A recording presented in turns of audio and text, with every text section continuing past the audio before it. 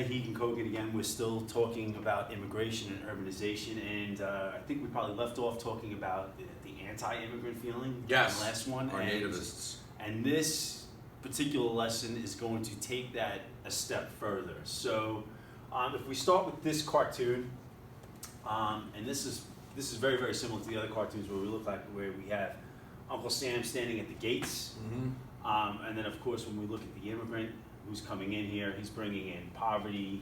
You can tell from the clothing, disheveled, ruffled. Disease on this boat. Disease on that one. Disease on this. Which is a common one. Disease, poverty.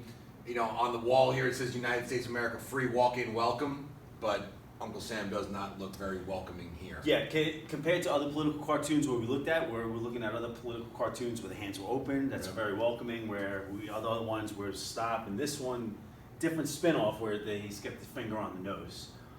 So to kind of go over, or kind of review some things, you know, the nativists, these are people who wanted to limit immigration for a variety of reasons, and some of them we saw in that political cartoon when it came to poverty and bringing in disease. It says anarchy in the back. Anarchy, we'll get into. Yeah, we will get into. The other thing, as well, is that there were some people that felt that immigrants were stealing jobs from people who were in the United States. Did we have all that? Took jobs, feared them because they were different. That's that xenophobia. That's pretty much really what it is. You look different, you sound different, you eat different foods, you wear different clothes, whatever, you worship a different god, whatever it might be. You know, that true irrational fear that Native Americans had of the immigrants. I'm glad you brought that up. They feared them because they were different. That was my opinion, the sources we look at, that's it. The other stuff is just somewhat of the valid reasons you're coming up with for not. Oh, you're taking away my job. No, you were just xenophobic. Right. You didn't like the Irish because they were Catholic, or you didn't like the Italians because of the language they spoke. Whatever. Yeah, it was just. This is what it came down to. Those were the valid excuses. Yeah. Excuses, keyword they found.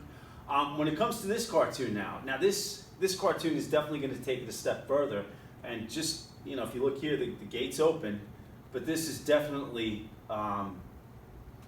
make a bigger statement here with the gate closed. Yeah, and I just want to start with like geographical context. Sure, because the Golden Gate of Liberty. So I thought too. And that jumps out at me because I'm like, where do I know the term Golden Gate from? Oh, the Golden Gate Bridge in San Francisco, California. Oh, wait a minute, one of those immigration stations was Angel Island on the West Coast. So this is we're not in Ellis Island in New York City anymore. We're out in California, where most of the Asian immigrants were coming into. And you look here, let's see, he's sitting outside, hand like this. It looks like industry, is that murder? Oh no, order, sorry. Peace, sobriety. That these are the things the Chinese were looking to bring into America. They were hardworking, as we know with the building of the Transcontinental Railroad. Glad you said they that. Followed the rules. Yes. They weren't, coming in like many of the impoverished Europeans and committing crimes. They were sober, well, except for the whole opium thing, which we'll get into. Yes. But they were not abusers of alcohol, and they were peace-loving. They did not want to anger anybody. And go ahead. Yeah, and if you recall from westward expansion, the Chinese immigrants were the ones who built the railroads from coast to coast. Yep. And then when that 1869 photo, they were kind of pushed aside. But I mean, when we talk about some of the things that the Chinese immigrants brought in, I mean, a lot of them were thriving in those particular areas because of some of their ingenuity, customs. They were boiling their water to drink tea. Others were drinking from the streams, which were nasty, and you were getting dysentery and dying of dehydration. Their diets were better, work ethic was better. Again, you bring up the boozing, where you had certain miners out there, they would find gold or get paid on the weekend, and they would go out, and they would go out. The Irish building the Transcontinental Railroad, working with that nitroglycerin. Absolutely. Yeah. And they would go out boozing all weekend, where the Chinese, they saved their money. So over here we see notice the communists, the socialists, the hoodlums are all welcome, but no admittance to the Chinaman.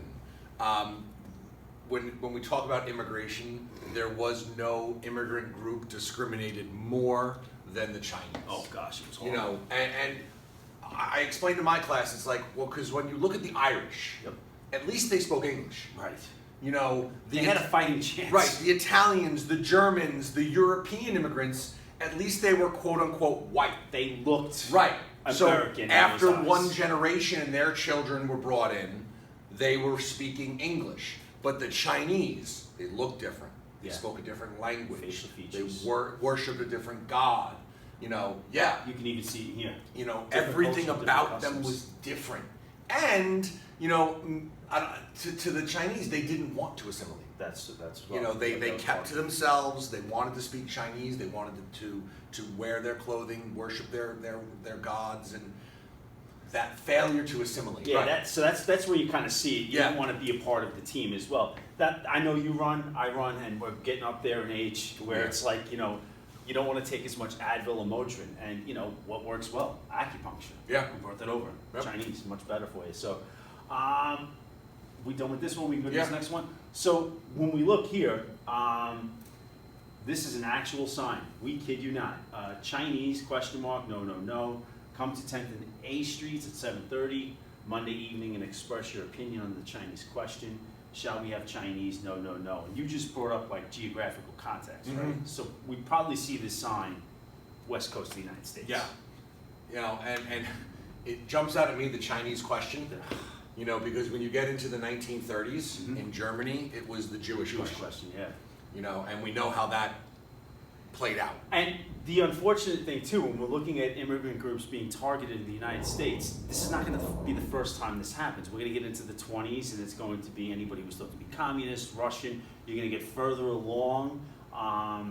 We're going to get into, even in recent memory, people who were traveling here from Muslim countries as well. That was in the beginning of the Trump Or even administration. just now, Or like yeah. with immigration to the United States now, you know, coming here legally against Yep. illegally.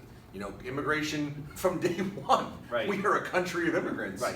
Yet, you know, it's always been, I don't want to say a problem, but it's always been there in our history. Whether it's been a problem or not, it's always been there. And then even when it comes to excluding them, to get into what we're going to talk about today, when it comes to excluding certain groups, there's always reasons for it, and it's up to you really to decide if they're valid or invalid or good enough reasons.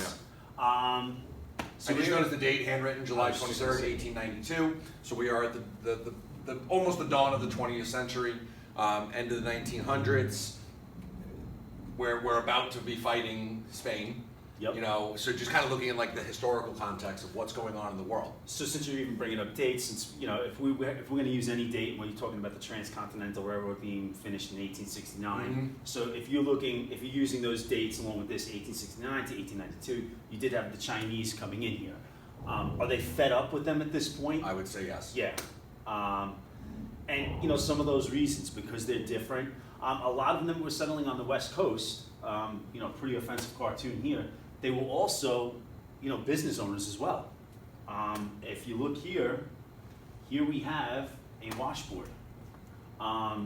Especially in those boom towns. Yeah. They opened up laundromats. Right. You know, with These guys weren't. You drop had off your clothes, they wash your clothes. exactly. You had a majority of these men, and you know, you going back to that thinking during the 1800s. You know, the guys weren't. They didn't know how to do these household activities or something that was traditionally considered women's work. So, you know, the Chinese, when you're talking about ingenuity and you know that entrepreneurial opportunity. All right, we'll wash clothes. We have the invention of the hand cranked washing machine, you know, and Wasn't there another one to also try it? I was looking at it in an the antique ringer. store. It's a ringer. Yeah, the you ringer. put it through the ring, and then you'd hang it on your clothes. Ooh, on it. that's some pretty You intense know, labor. and I forget the man who invented this machine, but he actually said the motivation for inventing it was to get the Chinese laundromats out. To put them out of Yeah. business. We need to add anything else with this? No, I mean, there's apparently going to be a gathering, and they want the to. Chinese out.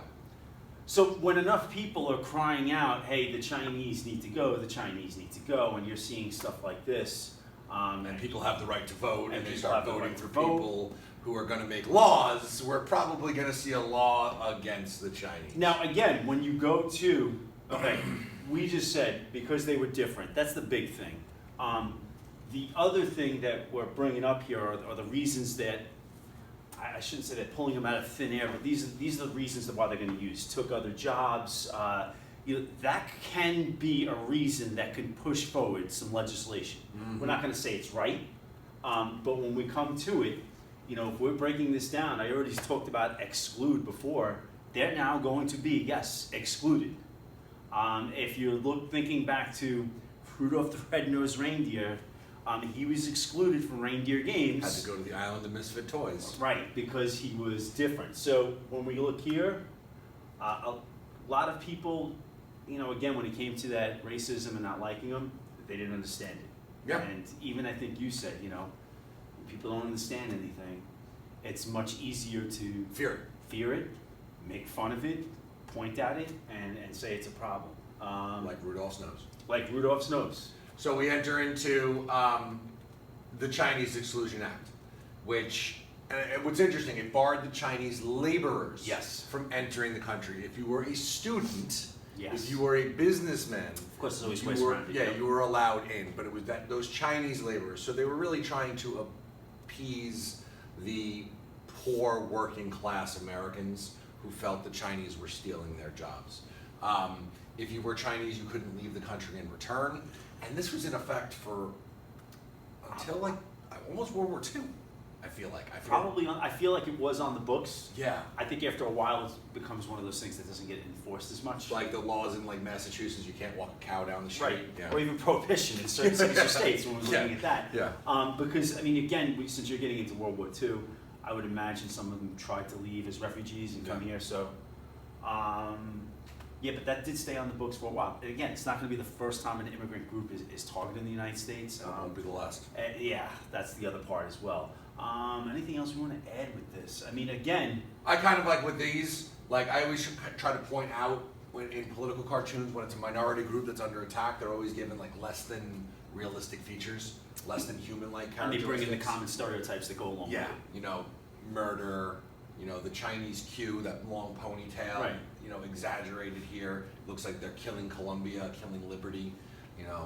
There's other images where they actually have a Chinese immigrant that's exaggerated, where they're always attacking or like a white woman. And they have fangs. And they have fangs. Claws. Yeah. And not accurate. Now, what's more accurate? This, Family Guy, Family Man, hardworking Family Guy.